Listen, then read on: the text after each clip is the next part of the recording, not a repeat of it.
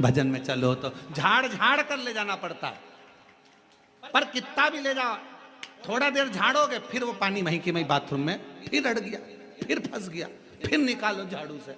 ऐसे दो तरह के लोग हैं, एक का मन सीधे कथा सुनी और मन लग गया पशुपति व्रत करूंगी मम्मी, एक का मन लग गया मैं मंदिर जाना चालू करूंगा, मुझे मंदिर जाना है, मन लग गया शिव जी का श्रृंगार करूंगा। एक का मन अपने आप लग जाता है और दूसरे का मन लगाना पड़ता है, चल चल चल चल। समझ लेना बाथरूम का पाइप गड़बड़ नहीं है, पाइप तो अच्छा है पर ढाल ठीक नहीं है। ये जब पैदा हुआ ना इसका ढाल ठीक नहीं है, ये ढाल गड़बड़ हो गया, संस्कार नहीं मिल पाए श्रेष्ठ, इसका ढाल ठीक जा नहीं।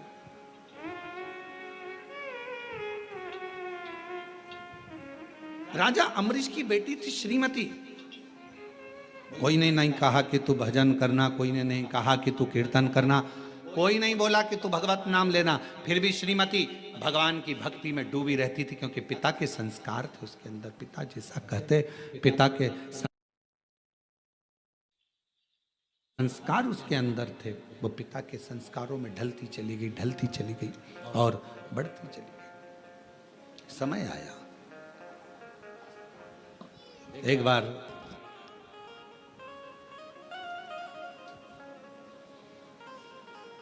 देवऋषि नारद और देवऋषि नारद के भांजे पर्वत मुनि दोनों भ्रमण करते करते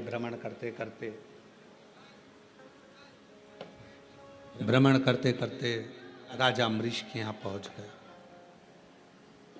और राजा अम्बरीश के यहाँ पहुंचे, राजा अम्बरीश के घर पर जब पहुंचे बैठे,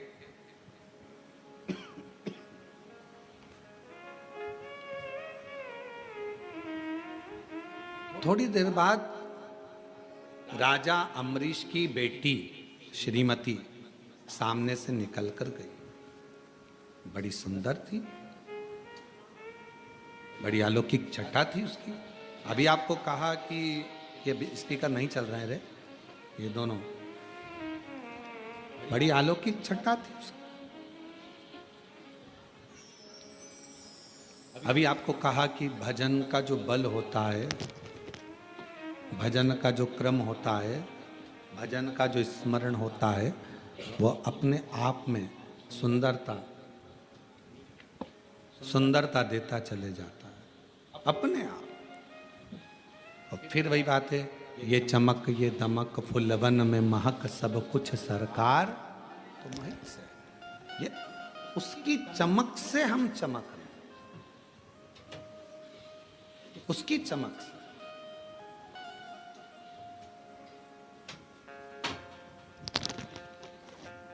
और महादेव नमन चरणों में स्वीकार कीजिए, सबका किया है मेरा भी उद्धार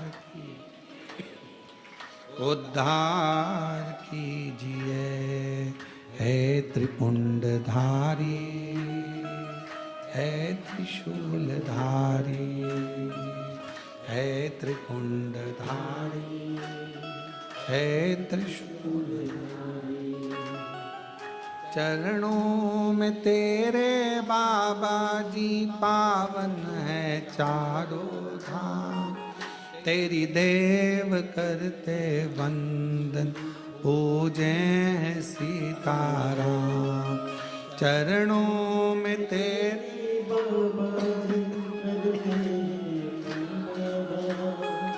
तेरी देव करते वंदना पूजे हैं सीताराम। हो जाए पूरी कामना, हो जाए पूरी कामना, उपकार कीजिए, सबका किया है मेरा भी कल्याण कीजिए, उद्धार कीजिए। है त्रिपुंडधारी, है त्रिशूलधारी, है त्रिपुंडधारी, है त्रिशूलधारी। भगवान ने मौका दिया। सामने जो चेहरा नजर आया देवऋषि नारद को और पर्वत मुनि को, बड़ी सुंदर कन्या थी। उसके चेहरे का आकर्षण बड़ा प्रबल था। कन्या निकलकर जैसे ही चली गई, थोड़ी देर बाद देवऋषि नारद ने पूछा राजा अम्बरीश जी से, ये इतनी सुंदर कन्या किसकी है?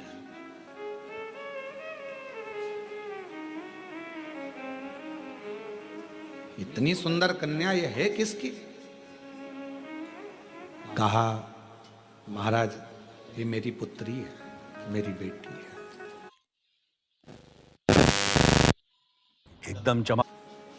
मेरी पुत्री, ये मेरी बेटी है, मेरी पुत्री है। ठीक है। अब जैसे ही सुना कि ये मेरी पुत्री है, ये मेरी बेटी है, नारद जी ने, पर्वत मुनि ने, दोनों ने सुन लिया कि ये राजा अम्बरीश की बेटी है, राजा अम्बरीश की पुत्री है। सुन लिया।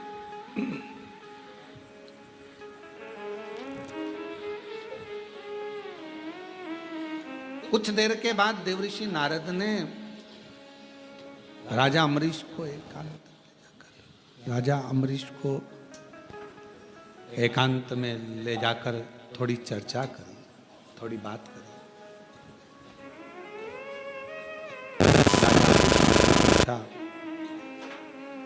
महाराज, आपने मुझे एकांत में बुलाया है, क्या बात है? क्या कहना चाहते हैं? कहा, आपकी पुत्री बड़ी सुंदर है और हम उससे विवाह करना चाहते हैं। देवऋषि नारद जी ने ये शब्द कहा। राजा अम्बरीश तो अपने भाग्य की सराहना करने लगे। धन्य हैं हम,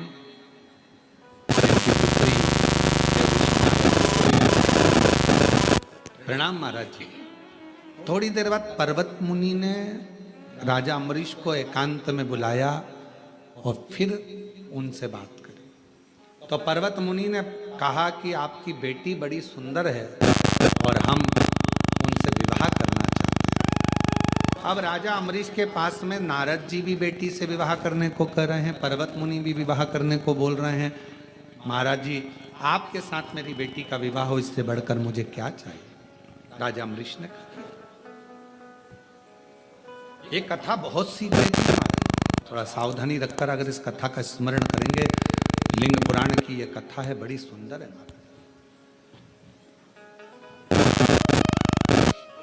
लिंग पुराण का ये और लिंग पुराण के अध्याय नंबर 5 में प्रश्न संख्या 586 में आप इसको पढ़ सकते हैं।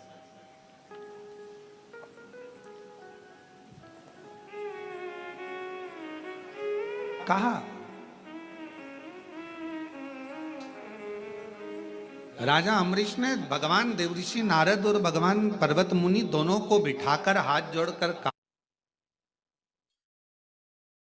कहा, बेटी एक है, आप दोनों ही विवाह करना चाहते हो। महाराज, एक काम करता हूं, कल आप सुबह आना, सभा में बैठना, मैं स्वयंवर रखूंगा। मेरी बेटी तुम दोनों में से किसी के भी गले में माला पहनाएगी, उसी के साथ बेटी का विवाह कर दो। अब दो ऑप्शंस थे ना उनके पास में, तो और दोनों मुनि हैं, एक देवऋषि नारद है तो दूसरा पर्वत मुनि है। दोनों तपस्वी हैं, दोनों साधक हैं, दोनों उपासक हैं। तुम दोनों सुबह आना, स्वयंवर रखूंगा बेटी का। बड़ा सुंदर स्वयंवर रखा, पूरा नगर सजवाया गया, बंदरवार बंधवाए गए। आज बेटी का विवाह होने जा रहा है। बेटी जिसके गले में जयमाला देगी उसी से शादी कर दी जाए।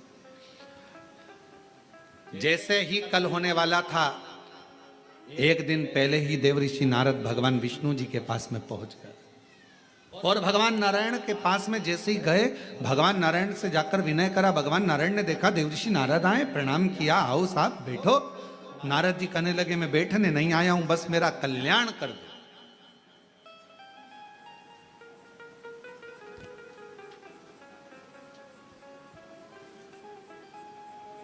मेरा कल्याण कर दो, इतना ही चाहता हूं। भगवान विष्णु ने पूछा क्या कल्याण चाहते हो? अब शब्द आया है आप और हम सब के लिए, इस कथा में आई है अपनी बात। क्या कल्याण चाहते हो? तो नारद जी ने कहा मेरा कल्याण बस इतना है, राजा अम्बरीश की लड़की श्रीमती से मैं शादी करना चाहता हूं। आप इतनी कृपा कर दो कि पर्वत मुनि है ना, उसका मुख बंदर का बना दो।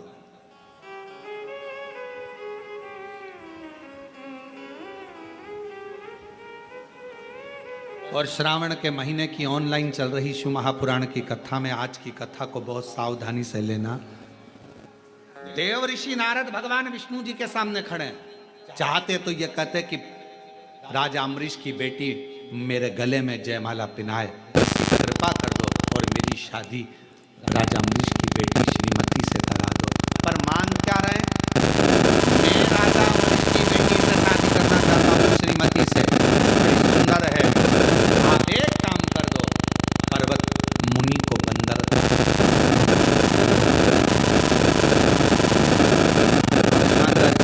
खड्डा दूसरे के लिए खोदोगे तो उसमें सबसे पहले कौन गिरेगा? जिसने खोदा है वही। आप दूसरे के लिए गलत मांगोगे तो आपका ही बुरा होना। आप जितना दूसरे के लिए गलत सोचोगे, गलत विचार करोगे, गलत धारणा बनाओगे, गलत बात लेकर आओगे। कई लोग दिन भर बैठकर अंदर अंदर कुड़ते रहते हैं, बताओ बताओ कितनी आगे बढ़ गई, कितनी फैक्ट्री, कितनी दुकान, इसके तो बच्चे भी इसके कहने में चलते हैं। दिन भर कोसे, इसके यहाँ ऐसा हो जाए, इसका ऐसा हो जाए, इसका वैसा हो जाए। और मालूम पड़े उतना उतना जितना दूसरे को कोसती है उतना ही बुरा खुद का होते चले जाता है, और वो और उन्नति करती चली जाती है, वो और आगे बढ़ रहा है। जिसके लिए तुम गलत सोच रहे हो, जिसके लिए तुम गलत विचार कर रहे हो, वो और आगे बढ़ते चले जा रहा है, और आगे चलते चली जा रही है, उसका और भला होते चले जा रहा है। तुम जितना जितना कोसोगे व्यक्ति उतना। अब यहाँ लिंग पुराण का ये चरित्र कह रहा है, देव ऋषि नारद का राजा अम्बरीश का चरित्र कह रहा है। भगवान विष्णु के सामने खड़े थे, नारायण के सामने खड़े थे, चाहते तो दुनिया का सारा ठाट मांग सकते थे।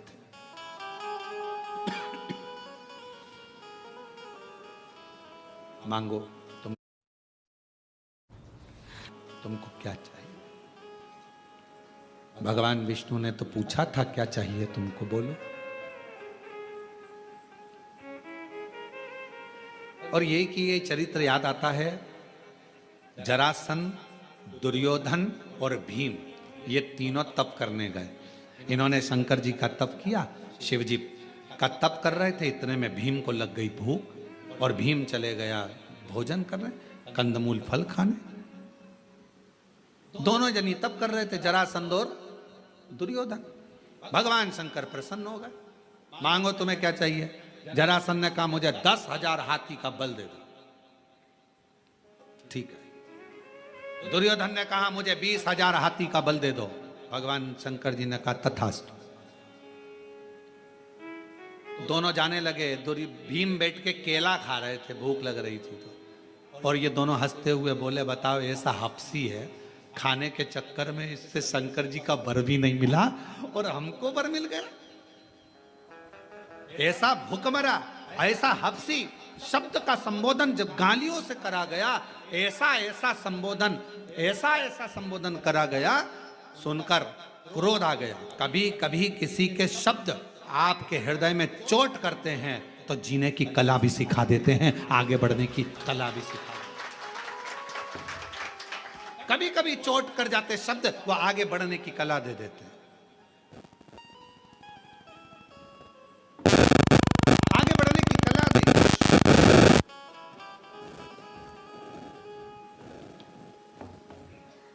भीम गए, तप करने बैठ गए। अब की बार भीम ने सोचा मैं शंकर जी का तप ही नहीं करूंगा, मैं पार्वती जी का करूंगा। काम करने वाला घर में सेवा करने वाला नौकर चाकर जो होता है ना, बड़ा चतुर होता है, देख लेता है दोनों में रहे कि सेठानी, और देखा सेठानी नम्र है, तो जैसे ही सेठ जी गए तब वो झाड़ू पोछा करने आई, और झाड़ू पोछा करती, भाभी बहुत तकलीफ चल रही है, बच्चों की फीस नहीं है। भाभी अंदर गई, अलमारी खोल के 500 रुपये ला रख ले, फीस भर देना, और सुन तनख्वाह में काटूंगी, याद रख लेना। आप कोई भाभी तनख्वाह में काट रही क्या? नम्र। भीम को लगा कि मैं महादेव जी की आराधना तो इतने समय से कर रहा हूं, भूख लगने लगी, महादेव जी नहीं आए, पार्वती जी की आराधना करूंगा। अब मां तो मां होती है, प्रकट हो गई, मांग तुझे क्या चाहिए? भीम ने कहा मां मैं मांगूंगा नहीं, तू अपने मन से दे दे, बस इतना कृपा करना, ध्यान रखना, ध्यान रख कर देना। तो माता जी बोली तुम तो 3 लोग आए थे, हाँ वो 2 लेके चले गए, अब तुम कृपा करो माँ। माता पार्वती जी ने ध्यान लगाया, सरस्वती माता को बुलाया। सरस्वती, शंकर जी ने इनको क्या क्या दिया? तो कहा एक को 10,000 हाथी का बल, एक को 20,000 हाथी का बल। पार्वती जी बोली मैं तुझे 40,000 हाथी का बल देती। 40,000 हाथी का बल। भीम कहता नहीं चाहिए, ये कोई फालतू की बात, मेरे को नहीं चाहिए। तो फिर 100,000 हाथी का बल नहीं चाहिए, मुझे तो वो दो माँ जो मेरे दिल में है, बाकी का कुछ मत दो। सरस्वती माता को फिर बुलाया। पार्वती जी ने कहा इसके हृदय में क्या चल रहा है बताओ। तब सरस्वती ने कहा, तो पार्वती जी ने कहा ठीक है, हे भीम मैं तुझे वर देती हूं, जरासंध और दुर्योधन मरेंगे तो तेरे ही हाथ से मरेंगे, बस अब कुछ नहीं चाहिए। अब कुछ नहीं चाहिए। वो 20,000 40,000 हाथी का बल लेकर करूं क्या? अब मारना तो इन दोनों को। क्यों? क्योंकि एक ने मुझे खबड्डा कहा, एक ने मुझे हफ्सी कहा, एक ने मुझे गाली दी। जब अपशब्द कहा है तो उस गाली का जवाब देने का बल तो मुझे दीजिए, मुझे दीजिए। भगवान शंकर से जाकर जल चढ़ाते समय एक प्रार्थना जरूर करा करो, बाबा मुझे ऐसा बना देना कि दुनिया के लोग जो मुझे आड़ा टेढ़ा कहते हैं ना, उन सबका मुख चुप हो जाए, ऐसी करुणा। जो लोग मुझे आड़ा टेढ़ा कहते हैं, आप शब्द कहते हैं, गाली देते, ताना देते, कहते ये जिंदगी में कुछ नहीं कर सकता, ये कुछ नहीं कर सकता, ये तो केवल एक लोटा लेकर सियोर वाले महाराज के कहने पर मंदिर मंदिर जाता फिर रही, मंदिर मंदिर जाती फिर रही, उसका जवाब मेरा बाप देगा, मेरा देवादिदेव महादेव देगा। मुझे इस लायक बनाना कि इन सबके मुख चुप हो जाए, इन सबके मुख चुप हो जाए।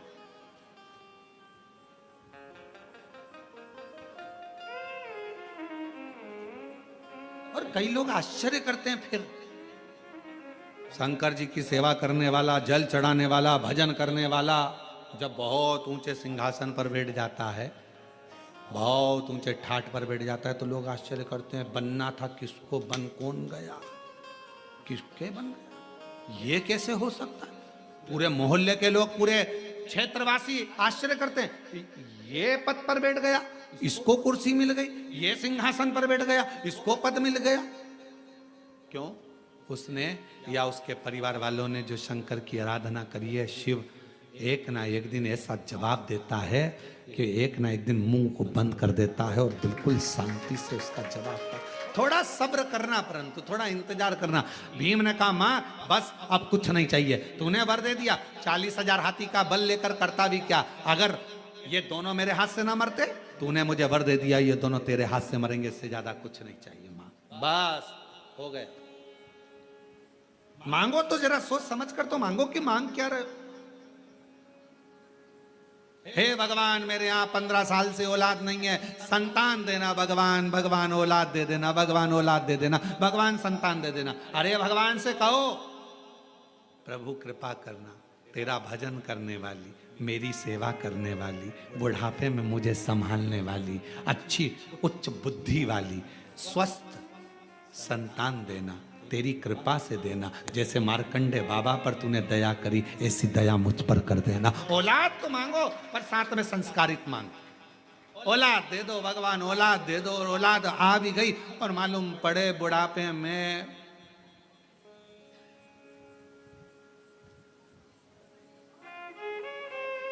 स्टेटस लगा रही है औलाद, my wife is my life. तो क्या मतलब कि ऐसी औलाद को स्टेटस लगाना चाहिए my mother is my life. उसको स्टेटस लगाना चाहिए कि मेरी माँ मेरी लाइफ है, और वो स्टेटस लगा रहा मोबाइल पर माय वाइफ माय लाइफ। मेरी पत्नी मेरी लाइफ है और माँ पिता। तो भगवान से प्रार्थना करना औलाद देना, संस्कारित देना, संस्कारवान देना, ज्ञानवान देना, विद्वान देना, तेरी सेवा करने वाली, बुढ़ापे में मेरी सेवा करने वाली औलाद देना। मालूम पड़े बेटा है न्यूलैंड में, बेटी है न्यूयॉर्क। ब्राइट बच्चों के लिए हुआ बुढ़ापा डार्क। काका क्या करोगे, क्या करोगे, ये दौलत कहाँ धरोगे।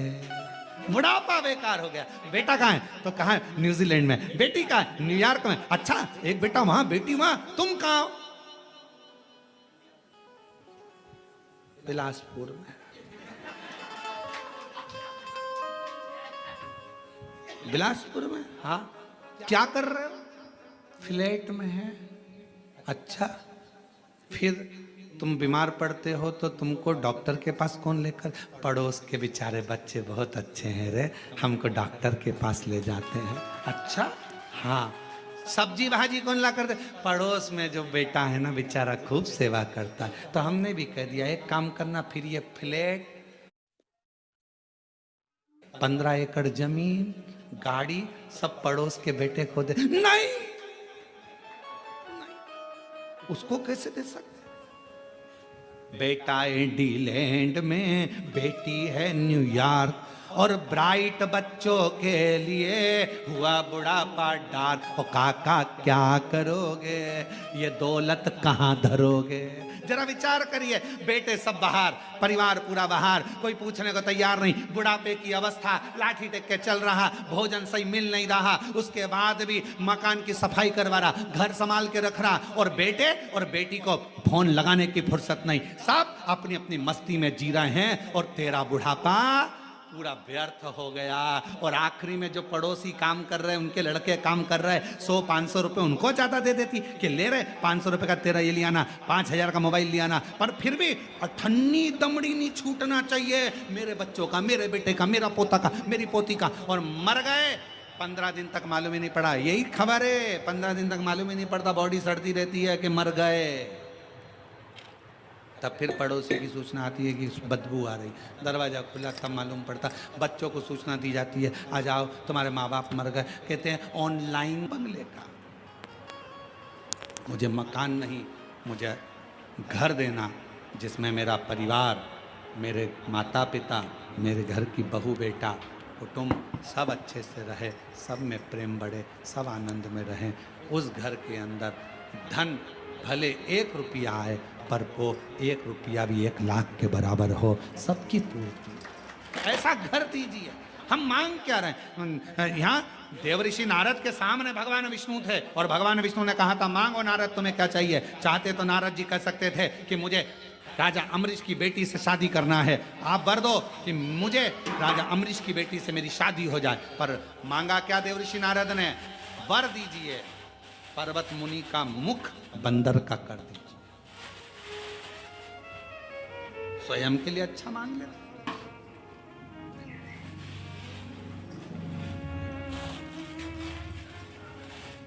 अब नारद जी चले गए, भगवान ने कह दिया तथास्तु, ठीक है। थोड़ी देर बाद इनके जाने के बाद पर्वत मुनि आ गए। पर्वत मुनि आए तो प्रणाम किया। भगवान नारायण ने कहा प्रणाम, क्या चाहिए, क्यों आना हो। महाराज, राजा अम्बरीश की बेटी बड़ी सुंदर, उससे विवाह करना चाहता, बस एक निवेदन लेकर आए। क्या, नारद जी का मुंह लंगूर का कर